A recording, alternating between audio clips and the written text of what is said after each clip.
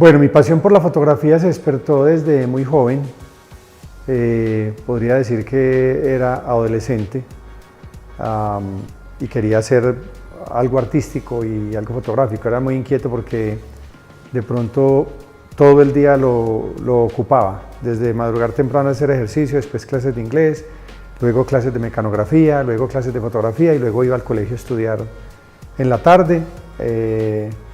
Y podría decir pues que me iba bien en el colegio, entonces aprovechaba el tiempo en la noche para hacer otras cosas. Y la fotografía me gustó mucho y estudiando con los hermanos de La Salle me invitaron a que si quería ser el fotógrafo de los periódicos del colegio, inicialmente el Colegio San Carlos.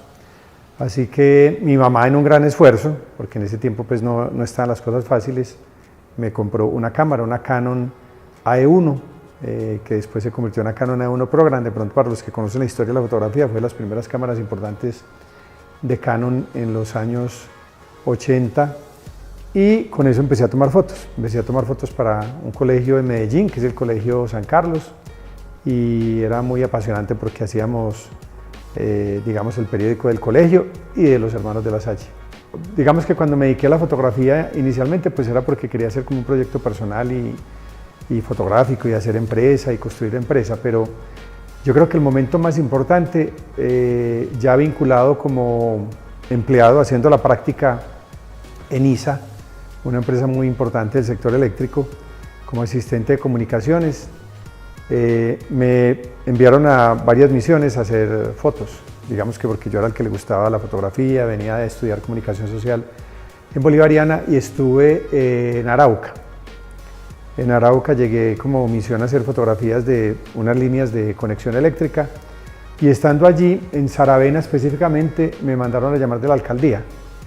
El alcalde dijo que me tenía que ir inmediatamente del municipio, que me iban a sacar porque digamos que estaba siendo seguido para un posible secuestro. En ese momento pues teníamos muchas guerrillas que en cualquier funcionario público pues podía correr algún riesgo, y de ahí me sacaron de Saravena a Arauquita y me encerraron en una casa cerca al río, donde permanecí en la noche para el día siguiente sacarme de Arauca y devolverme a Medellín. Cuando llegué, digamos que yo tenía una jefe que hoy quiero mucho, pero que en ese momento era supremamente exigente y se molestó mucho porque no me reporté, porque me perdí varios días tomando fotos. Realmente fue difícil ese momento, y estando en esa situación de pronto puedo decir que derramé lágrimas de la pasión que yo sentía por las fotografías y de sentirme que estaba bloqueado en ese momento. Llamé a la directora de prácticas y le dije que mi pasión realmente era el periodismo gráfico, que si había una oportunidad de trabajar en algún medio o algo así para dedicarme a lo que me gustaba. Y efectivamente, en ese momento había una plaza en el periódico El Colombiano, y Cielo García, que era la jefe de prácticas de Bolivariano en ese momento, me abrió esa oportunidad y pasé a trabajar como reportero gráfico del periódico El Colombiano, y obviamente me inauguraron como siendo el nuevo a cubrir orden público en la época más difícil del conflicto en Medellín, una de las épocas más difíciles. Durante 6 meses estuve cubriendo, o durante casi un año, el conflicto armado, y hacía los turnos de la noche. Yo creo que el oficio, pues mi profesión es comunicador social periodista, pero la fotografía podría decirse que es un oficio y un arte que, si uno lo tiene, lo acompaña toda su vida, porque es un arte que se siente en el corazón, en el alma, de construir imágenes. Realmente nunca he sentido querer abandonar esta profesión, y al contrario me ha apasionado demasiado, al punto de viajar con ella en su evolución, de pasar de la fotografía análoga a la digital, de ver cómo ha evolucionado todo el tema digital y cómo poder, digamos, aprovechar todas esas herramientas, y estar hoy, después de todo ese desarrollo digital, de todo el software para hacer postproducción, de todo el revelado en Lightroom, Photoshop, de todos los programas que hemos tenido, ver cómo iba evolucionando hacia otros servicios o oportunidades, digamos, de trabajo, como los recorridos virtuales 360, con las cámaras que tenían ya doble lente para crear imágenes de 180 y de 360 grados, y hoy con la inteligencia artificial, que se convierte en una herramienta muy importante en el caso nuestro para la producción de imágenes y para retocar y para de pronto crear inclusive nuevos contenidos. Entonces realmente es una pasión que me ha acompañado toda la vida con su evolución. Yo trabajé, digamos, en radio, trabajé en televisión, trabajé de asistente de producción en distintas productoras en Medellín que trabajan con Teleantioquia. Siempre tuve esa vocación por el tema audiovisual. Mi papá siempre fue independiente y fue comerciante y de pronto yo quería esa independencia. Y encontré que podía combinar el arte con la parte comercial o con la fotografía como oficio y como labor. Y lo tenía claro porque me gustaba, pero aún no sabía qué ponerle o qué nombre llamarle. Quizás exploré varios nombres en un principio, pero estando en la Universidad en Bolivariana, terminando ya la carrera e iniciándome como profesor, porque terminando la carrera fui profesor en varias facultades, leímos el libro en semiótica Roland Barthes. Pues en esa época no era tan fácil leer semiología, pero el libro se llamaba La cámara lúcida, de Roland Barthes. Y adicionalmente, investigando más, pues vi que también la cámara lúcida la llamó Leonardo da Vinci al orificio que de pronto tenía a veces en las ventanas para proyectar la imagen y pintar. Entonces me pareció que tenía también como ese romanticismo. Y me gustó el nombre de elegir cámara lúcida como tal, y por eso desde el año 91 lo registré en la Cámara de Comercio de la Borra Sur, y en el 95 pasé a la Cámara de Comercio de Medellín ya como empresa formal, como una empresa audiovisual. Pero siempre tuve claro que quería ser independiente, que quería ser empresario y que quería generar empleo, que quería hacer empresa, y siempre me visualicé generando alrededor mío, digamos, mucha gente construyendo una historia, en este caso de cámara lúcida. Bueno, yo creo que el primer obstáculo que tenemos o que tuve en un principio es de pronto querer,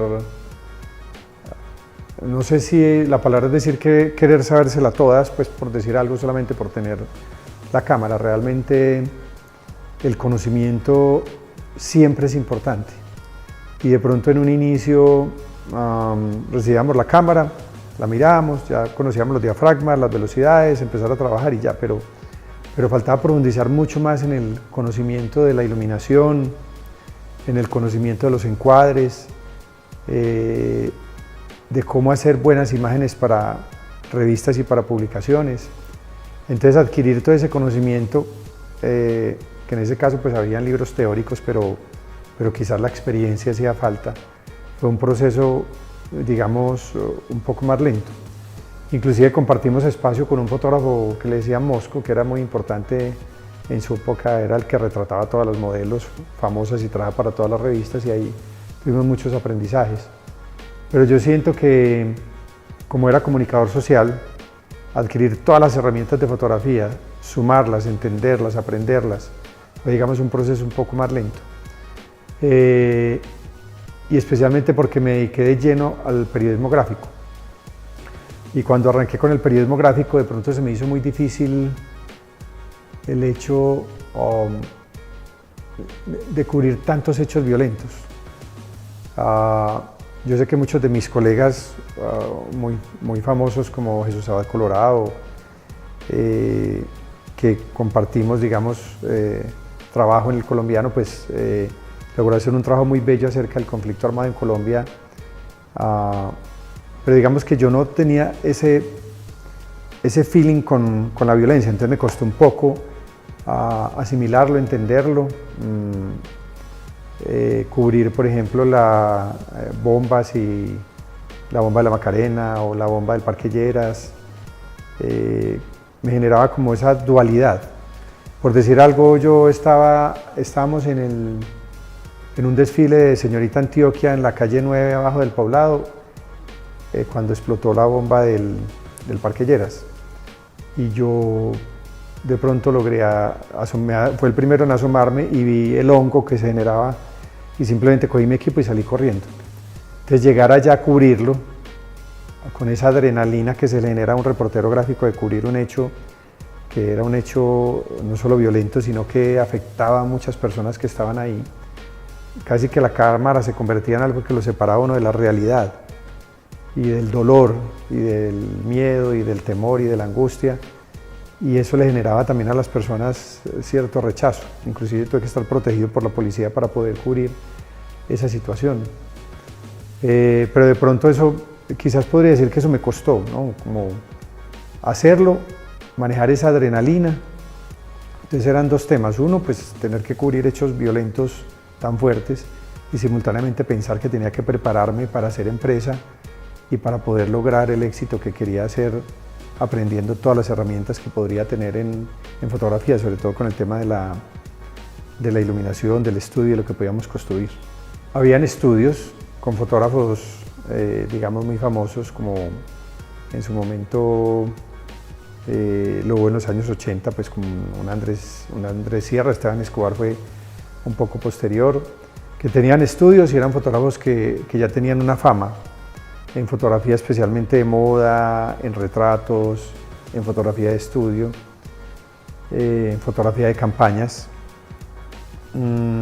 pero no existían empresas como tal que se dedicaran a hacer periodismo o reportería gráfica. Eso existía a nivel mundial, pues que existía Photoimages, o existía Gamma, o existía Sigma, agencias que producían imágenes y contenido para el mundo entero. Pero digamos que una agencia como tal que compitiera con nosotros en ese momento, creo que había una que era Diafragma 6, no recuerdo el nombre exacto, pero realmente era generar empresa y crear empresa de una pasión que era la fotografía. Y en ese entonces realmente no había muchos estudios y fotógrafos famosos importantes, pero no tanto empresas. Lograr un equilibrio es muy difícil a veces cuando uno es simultáneamente empresario, padre de familia, emprendedor, fotógrafo, reportero gráfico. Hubo muchos momentos difíciles. De pronto, a nivel de anécdotas, en muchos años que estuve cubriendo Colombia Moda y mis hijos estaban pequeños, muchas veces yo llegaba tarde en la noche y me iba muy temprano en la mañana. Entonces simplemente mis hijos le preguntaron a la mamá si yo había ido a la casa, o si había amanecido en la casa, o si estaba viajando. Esa parte era difícil de manejar y ocurrió muchas veces.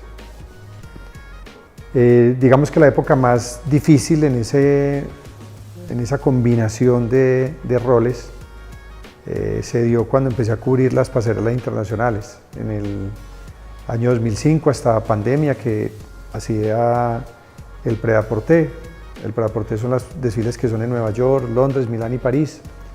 Cada 6 meses tenía que irme 2 meses, o sea que pasaba 4 meses por fuera. Y en ese momento pues no había la comunicación que había por WhatsApp o por celular. Había que comprar unas tarjetas de llamadas. En el caso de Nueva York, comprar tarjetas y buscar teléfonos públicos para llamar todos los días y hablar con mis hijos. No era tan sencillo y eso me costaba mucho. Realmente cuando llegaba al último desfile en París no veía la hora de regresar y de estar con mi familia. Y eso yo sé que les costó a ellos también, a mi esposa, porque aparte de que terminaba esos 4 meses viajando por Estados Unidos y Europa, llegaba a cubrir muchos eventos en Colombia y simultáneamente en América Latina. Entonces podía pasar quizás 8 o 9 meses del año viajando, lo cual no era fácil, pero yo tenía una pasión. Encontré una pareja que comprendió esa pasión, aunque le costó un poco, y unos hijos que lo entendieron y que siento que también lo disfrutaron un poco o mucho, el hecho de que yo me convirtiera en un reportero gráfico y que con ellos compartí también muchas cosas juntos en viajes. Pero creo que eso fue lo más difícil.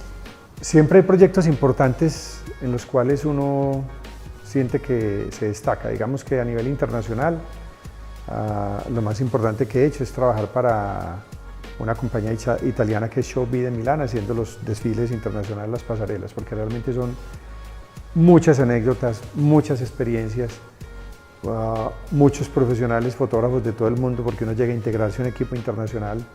Éramos básicamente 2 latinoamericanos y de colombianos éramos 2, Jaime Londoño, que ya estaba ubicado en Milán, y un brasilero, bueno, varios brasileros y un chileno, pero de Colombia éramos 2 compartiendo esa experiencia, y llegar a encontrarse con un universo de idiomas, de experiencias, de trabajo, era muy especial. Y empieza a crearse una amistad entre todos, independiente de que unos sean de Estados Unidos, otros de distintos países de Europa, ingleses, americanos y un par de colombianos. Y fue un proceso muy interesante ganarme su confianza, porque claro, pues venía alguien latinoamericano, pues no tenía la experiencia que tenían los europeos o los ingleses o los mismos norteamericanos en el cubrimiento de desfiles, y ganarse un espacio, porque realmente para estar en el podium es donde están todos los fotógrafos haciendo el desfile, y estar bien ubicado era muy difícil. Los que llegábamos nuevos siempre nos tocaba atrás, de últimos, nos teníamos que subir en cajas unas sobre otras para poder mirar ahí abajo la modelo que venía y utilizar unos teleobjetivos de 300, 400 milímetros para poder lograr una buena foto. Y yo empecé a conocerlos a cada uno, a tratar de hacerme amigo de ellos, y utilicé una estrategia, ¿no? Que era llevarme una maleta de las que yo viajaba llena de muestras de café, o de café de 125 gramos. Entonces yo llevaba una maleta con 30 o 40 bolsitas de café. Nunca tuve problemas en la aduana, curiosamente, siempre, bueno, iba con mi café. Y el primer día, el segundo día, empezaba a entregarle una bolsa de café a cada uno, de café colombiano. En algún momento también era como sentirme, bueno, yo soy embajador también de mi país, tengo que hacerlo bien, tengo que demostrarle a ellos que somos buenos en todo lo que hacemos, que no solamente son las imágenes negativas. Algunos hacían bromas, uy, ¿qué traes en esa bolsa? O ¿con qué lo vas a mezclar? O en fin. Pero realmente cuando ya probaban el café, cuando se tomaban el café, al otro día nos generaba mucha cercanía. Entonces fui acercándome siempre hasta que ya empecé a ocupar los primeros lugares del podium, cubriendo para distintas publicaciones en el mundo a través de la agencia. Trabajé para medios de Corea, GQ Corea, Vogue Latinoamérica, trabajé para revistas de Italia, de Francia, a través de la agencia. Entonces eso también me empezó a posicionar mucho a nivel internacional y sobre todo latinoamericano haciendo desfiles. Yo podría decir que hubo años que pude haber hecho 1000 desfiles cada año. Entonces creo que eso fue en términos reales lo más importante a nivel internacional que he hecho. Y yo creo que cada año tiene eventos importantes y experiencias nuevas. Uno siempre está aprendiendo. Por ejemplo, para mí un reto muy grande y muy valioso fue haber hecho el recorrido virtual 360 del Museo de Antioquia, por lo que significa el Museo de Antioquia, por lo que significa el maestro Botero, las obras que hay en el museo, y por el reto de hacer un tour 360, un recorrido caminando del Museo de Antioquia. En términos reales fue valioso para mí profesionalmente. Y así muchas cosas. El evento que acaba de terminar con ISAPS, que es el evento más importante de cirugía plástica del mundo, y hacerlo solo con una organización tan importante también fue valioso. O sea, cada año, cada mes, en todo lo que hacemos siempre me apasiona encontrar un reto nuevo, y yo creo que es ahí donde eso nos mantiene vivos al ser humano. Pues uno se tiene que apasionar con todo lo nuevo que llega, y no vivir del pasado, ¿no? Porque siempre van a venir cosas nuevas que nos van a inspirar, nos van a crear retos nuevos, nos van a generar nuevas experiencias y nuevos aprendizajes, y adicionalmente las ganas de aprender y de hacerlo mejor. Bueno, una metida de patas me ocurrió en Londres. Yo viajé en una de las temporadas de desfiles, en invierno, viajé en febrero de Nueva York a Londres. Viajé enfermo, estaba muy agripado. De hecho, yo andaba en el bus, porque ese es un bus de la organización que nos mueve en Londres, y yo siempre llegaba a tratar de aguantar un poco el frío e ir al siguiente desfile. Pero ¿qué me pasó? Una metida de patas muy grande. Mandé una serie de desfiles y troqué los nombres. Entonces, a la hora de subirlos a la nube estaban los desfiles que no correspondían el uno con el otro. Y aquí nosotros somos muy decentes para decirnos que nos equivocamos, pero cuando un italiano lo llama a uno a decirle que se equivocó de esa manera tan grande, no se lo dice de manera suave. Entonces, esa fue una gran metida de patas. Una metida de patas, digamos el top 2 de una metida de patas, haber ido a hacerle unas fotos a Camilo Villegas y por coger todo rápido, eso era con una cámara de formato medio, no llevar los rollos de formato medio, sino los de 35 milímetros. Entonces, ¿qué hacer ahí? ¿Cómo hablar con Camilo Villegas? Camilo, ¿cómo estás? Qué pena, me pasó esto. Voy nuevamente a traer el equipo, tú me esperarías, y no tenía sino unos minutos para las fotos. Afortunadamente iba para un medio importante y él me esperó, pero eso es una gran metida de patas. Una metida de patas número 1, bueno, las anteriores eran muy importantes. Ir a cubrir un evento a Bogotá, muy importante, llegar al aeropuerto y confundí la hora de salida del vuelo como la hora donde debía estar en el vuelo. Entonces llegué tarde, por ende no llegué a Bogotá a cubrir el evento que tenía que cubrir. Y así pues hay muchas anécdotas que a uno le pasan en este oficio y en esta carrera. El sello distintivo de Cámara Lúcida es la pasión, el deseo de aprender, de ofrecer nuevos servicios, estar muy conectados con la tecnología para que todo lo nuevo que salga en el mundo nosotros lo podamos ofrecer.